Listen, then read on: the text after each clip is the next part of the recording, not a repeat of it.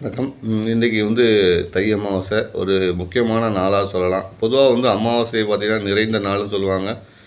நிறைய பேர் பார்த்திங்கன்னா அது அமாவாசை நாட்களில் எந்த நிகழ்ச்சியும் தொடங்கக்கூடாதுன்னு சொல்லுவாங்க. ஆனால் தப்பு. நிறைந்த அமாவாசை இப்போ செய்யக்கூடிய ஒவ்வொரு விஷயம் வெற்றிகளை குறிக்கும் நிறைந்த அமாவாசையில். அதே பார்த்திங்கன்னா ஏன் அமாவாசையில் ஒரு கரி நாள் சொல்கிறாங்க, அது ஒரு கெட்ட நாளையாக சொல்கிறாங்க அப்படின்னா அவருடைய அறியாமையை காட்டுன்னு நான் சொல்லுவேன். பொதுவாக பார்த்திங்கன்னா அந்த அமாவாசை நாட்களில் நம்முடைய முன்னோர்கள் அதாவது நம்மை சார்ந்து நம்மை விட்டு உறவாடி மறைந்து போன முன்னோர்கள் நம்மை சந்திக்கக்கூடிய நாட்கள் என்று சொல்லலாம். இந்த நாட்களில் ஒரு ஐதீகமாக தான் பார்க்கப்படுது. சில விஷயங்கள் நம்பலாம், நம்ப முடியாதுங்கிற மாதிரி நமக்குள்ள 1000 பிரச்சனைகள் இருந்தாலும், 1000 எண்ணங்கள் இருந்தாலும் சில விஷயங்கள் நம்ம நம்பி தான் தீரணும். அது உணர்வு சார்ந்த விஷயமா இருக்குது. உணர்வு சார்ந்த விஷயங்கள் முக்கியமானது அமாவாசை தினம்.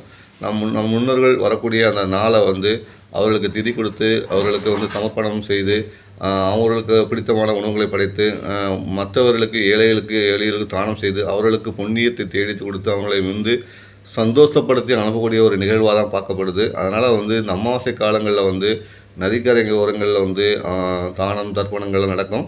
அது கண்டிப்பாக செய்யுங்க. ஏன்னா அது நம்ம வாழ்க்கையில் தவிர்க்க முடியாத ஒரு விஷயம். முன்னோர்களுடைய ஆசிகளை அது பெற்றுத்தரும் ஒன்று. அடுத்து அமாவாசை நாட்களில் ஒரு முக்கியமான விஷயமாக பார்க்கக்கூடிய கிரிவலம்.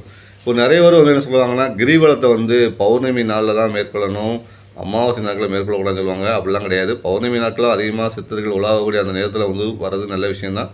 அதே நேரத்தில் சிவனுக்கு மிக பிடித்தமான ஒரு விஷயம்னு பார்க்கப்படுறது அமாவாசை நாள்னு சொல்லலாம். ஏன்னா அமாவாசை நாட்களில் தான் பேயுடையான்னு இருந்தாலும் சிவன் அழைப்பாங்க. அவர் இருக்கும் இடமே பார்த்திங்கன்னா புகலிடமே பார்த்திங்கன்னா அந்த இடுகாட்டில் தான் அவர் இருப்பார். அதனால் அவர் சம்மந்தப்பட்ட விஷயங்கள்லாம் பார்த்திங்கன்னா ஆன்மாக்களோடு தான் ஒரு தொடர்பு வைத்திருப்பார். அந்த வகையில் பார்த்திங்கன்னா அமாவாசை நாட்களில் ஆன்மாக்களோட தொடர்பு கொண்டு முன்னோர்களோட தொடர்பு கொண்டு அவர் இருப்பதனால அந்த நாட்களில் நம்ம கிரிவலம் செல்வது ஒரு வகையில் நன்மையே பயக்கும். முன்னோருடைய ஆசீர்வாதம் நமக்கு கிடைக்கக்கூடிய ஒரு முக்கியமான நாளாக இருக்கும். ஆனால் இந்த நாட்களில் கிரிவலம் செல்வது முக்கியமான விஷயமாக கருதப்படுது. 3வது விஷயமாக பார்க்கப்படுவது நல்ல நாட்களாக பார்க்கப்படுது. உண்மையிலே பார்க்க நல்ல நாட்களாக தான் கருதப்படும். இந்த தை அமாவாசையில் நீங்கள் தொடங்குற ஒவ்வொரு நல்ல காரியமும் பார்த்திங்கன்னா மிகப்பெரிய அளவில் வெற்றி அடையும். முன்னோருடைய ஆசையும் பெற்று தரும். ஏன்னா அது ஒட்டுமொத்தமான ஒரு அன்பையும் தரக்கூடிய ஒரு நாள் தான் இது.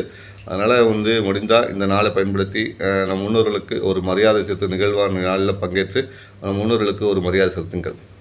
நன்றி.